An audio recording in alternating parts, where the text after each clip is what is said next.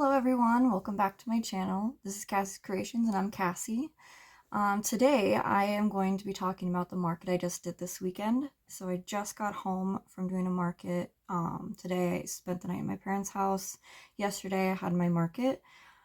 It went okay. It wasn't the best I've had, but it wasn't terrible. I did pretty good considering I was one of like 7 or 8 different crochet vendors at the market. So I'm not mad about how I did, but I have done better in the past. But it was still a very fun experience. And if you were joining me from meeting me at that market, the Old Time Country Fair, hello, welcome to my channel. I'm glad you're joining me. I'm going to talk a little bit about what I did and how I set up and all the things that I do for my market. One of the things I do is I made myself a sweatshirt to kind of advertise. I'll show you the back as well. So this has my logo and my name to kind of show what my business is. I also made business cards to put on the table and give out to people that have my email, my YouTube, my Facebook, and my Instagram so that people can contact me no matter what way they need to contact me, and they have access to see my videos and things that I post on Facebook. So this was my 5th market overall. I've done 5. This was the first time I've returned to the same venue. And it went pretty well. I love doing the venue that I did. It's at a school, so it was a very kid-friendly event, and I seem to do really well with those kinds of events because I make amigurumi. I make plushies, so kids love them. They beg their parents to buy them and everything, and so I seem to do pretty well. The only downside to this one was that there were so many of us crochet creators there. So it was a little bit difficult to sell things. It wasn't as easy as the last time I was there, because last time I think I was one of like 3 or 4 selling. So I have had better events at other places, but it was still really fun to see everyone and see people that I knew from my previous teaching years, because I used to teach at that school. So it was a lot of fun either way. I definitely made what I paid to be there, so that was a plus. But overall, it was a fun experience. In this video, I'm going to put a little clip of all the things that I had. I laid them out on my bed and took inventory of them so I knew exactly what I had. And I also did a video of the table setup of what I do. So I didn't sell too many, so I'm going to be doing another market this Friday. So in about 5 days from now, it's Sunday. So hopefully we'll have enough to do that. And I have another market in December, the weekend before Christmas, so I am expecting to do pretty well with that one. It's in a mall and people will be shopping for Christmas presents, so I imagine I'll do pretty well. I'm hoping with that one, so I have a month to get ready for that. I try to crochet as much as I can. You've seen come on. You've seen a few of my shorts. This is Paz. He likes to be in my videos and wherever I am. You've seen my videos, shorts and stuff recently of me creating different things. Goodness. Sorry about that. He likes to be wherever I am. So as I was saying, I made a few different shorts and videos in the past weeks about me trying to crochet as much of different things as I can. So I did the snakes, I did the mini snakes, and I did the cats. So I like to do that, and I'll spend like a day or a weekend crocheting just one type of thing so that I can kind of knock out a bunch of those, and then I'll focus on other things. So I look at what I have and I try to make things that are a little bit more unique. So I think that helped me a little bit too, because some of my things weren't necessarily things that everyone had. A lot of my stuff was similar to another crochet artist at the market. However, a lot of my things are a little bit different, so I think I did well just based on that. I had a few different interesting ones. A popular one was my stingray. I didn't sell any of them, but a lot of people really liked them. So I feel like I'm going to make a few more of those for my December market. And yeah, just kind of getting a feel for what everyone likes. If you're just making what is trending now, you're probably not going to sell a whole lot because that's what everyone's making. So you want to try to find different obscure, different patterns. That's why I like to try to make my own things, so none of mine really look like other people's, because I don't really follow patterns. I make things based off what I know of crochet and what I like about different patterns that I've made. And so I kind of create things that look a little bit different, like my style of my ghost and like my chicks and stuff are a little bit different than what normally is done and seen in patterns. So I feel like that helps me a little bit, because the things that I do are a little different and not as what is commonly found. So that helps a lot when you're preparing for a market. I also try to do a bunch of small things, but then I also do a few larger items too, because you'll be surprised. Some people really want like the large things. I sold a large teddy bear at one point. I've sold a large dinosaur, things that are a little bit more pricey because they take more time. But they still sell sometimes. They're not going to be like your big sellers, but if you sell one, pause this back. If you sell one, then that is a pretty good profit, because they cost a little bit more because they take a little bit more time to make. And yeah, so I try to make a variety of different sized things, like my mini snakes. Those are my cheapest item that I have. And then I go all the way up. I think my biggest item that I have right now is a giraffe, which you'll see in the video that I show. Oh goodness, pause. You just love to be in the way, huh? All right.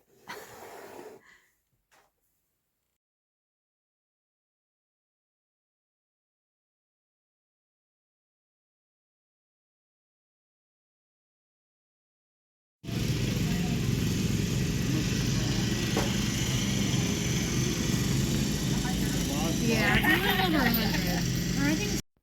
Alright, next I'm going to give you 5 tips that I wish I knew when I first started out, or things that I've learned along the way that kind of helped me, or that I know now from doing a few. I'm still very much a beginner or a novice at markets, but I have done 5 now, so I have a little of a feel for how it works with crochet. So I want to just share with you guys how I have felt about different things and what I've felt has helped me. So one of them is I always feel like I don't have enough inventory, but that's okay. As long as you have something and it's not just like a small amount, it's going to do okay. Like if you feel like you could have made more, that's totally fine. Just take what you have and you're probably going to sell some or a lot of it. Just depends on the market, where you're going, and a bunch of different factors. But if you feel like you've not made enough, it's probably fine. I felt like I didn't make enough, and then a kid came by and was like, oh my gosh, this is so much stuff. And I was like, yeah, really, actually it is. I was able to fill up pretty much 2 tables with my stuff. My very first market, I was able to fill up 1 full table, and I felt like that wasn't enough, but I sold really well that day. So it just depends on how you market yourself, how you show off your things, and really just don't be down on yourself, because really people looking at your stuff are going to be a lot more in awe of it, even if you don't think so. Kids that, don't know how to crochet, or even some that do, and, they know how hard you work on things, they're going to be impressed. There's going to be people impressed by how much you were able to create, even if you don't feel like it was enough. Another thing I do is business cards. So a lot of times people will come up to my table and be like, hey, do you have this item? For instance, yesterday I had someone come up, do you have any axolotls? Like, no, I don't, but I could make some. Why don't you take a business card and you can contact me and we can get one figured out for that. I've sold several things off of business cards for commissions in the past, whether it be to family members or people passing through my market. I sold a teddy bear to a lady for her grandson that was being born. So yeah, business cards aren't too expensive to make. I printed like 20 of them for like $30. And honestly, if I get like a couple commissions off of that, I've already made my money back. So they're a really good idea. I also decided that I was going to include my YouTube channel on it. So I've actually gotten a few more followers just because of that. Sorry, pauses on my table again. That's why it's a little shaky. Another thing is you don't have to have super fancy setups. You don't have to have fancy, expensive shelves. You don't have to have, the high-end different things. If you have your stuff on a table, it's going to speak for itself. Having your things, I do have like cheap little shelves I got off like Temu that I put some stuff on, so it's a little bit higher, kind of eye-catching. But in all reality, as long as you have your stuff there, it's gonna speak for itself. Like people see it and they're gonna like it because it's, soft and cuddly or whatnot, right? So don't feel the need to spend like a ton of money on stuff to make your setup look perfect. Because honestly, it doesn't matter too much. It's going to get messed up. Kids are going to touch things. The wind knocked a bunch of stuff over yesterday, so I had like plushies rolling around on my table, but it was fine. I still sold. It was okay. And you don't need the super fancy, cool looking things. If you want them, go for it. But if you don't have the money to do it, don't do it. It's fine. You're going to be fine either way. Another thing is for markets. I've done 5 now. Most of them have been pretty good. One of them I did like in a church, and it was like mostly elderly people that came, and a lot of them claimed that they didn't have kids or grandkids or anything, so they didn't buy. So that was my lowest market. So then in the future, I didn't really go back to that one because that's just not where works best for what I sell. So making sure you know your market, know the people that you want to sell to with amigurumi, like crochet. It's going to be mostly kids or young adults are going to be buying them mostly. So try to find a place that, if you're trying to do a market, try to find a place that is kid oriented. So the market I was just at yesterday was at a school, and it was a school sanctioned event. So there was a lot of kids there. It was geared towards kids, so I did pretty well with that.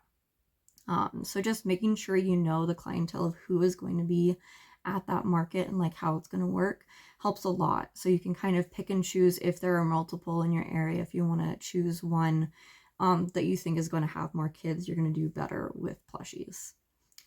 And another one is try to interact with everyone that walks by. I know it can be hard. I am not a very vocal and social person, so my husband helped a lot with this yesterday. He was at my booth with me. But try to just interact and just like, hey, how are you doing? Or good morning, good afternoon, how's your day going? And that kind of brings more people in because you're being nice and friendly. It's a lot better if you're talking or communicating with them, smiling. Does a lot more than if you're just sitting back, kind of like on your phone or just ignoring. You're going to get a lot more people interested and look at your stuff if you're a kind face and you're being nice to them. It just kind of draws and brings people in a little bit more. So I find that helps as well.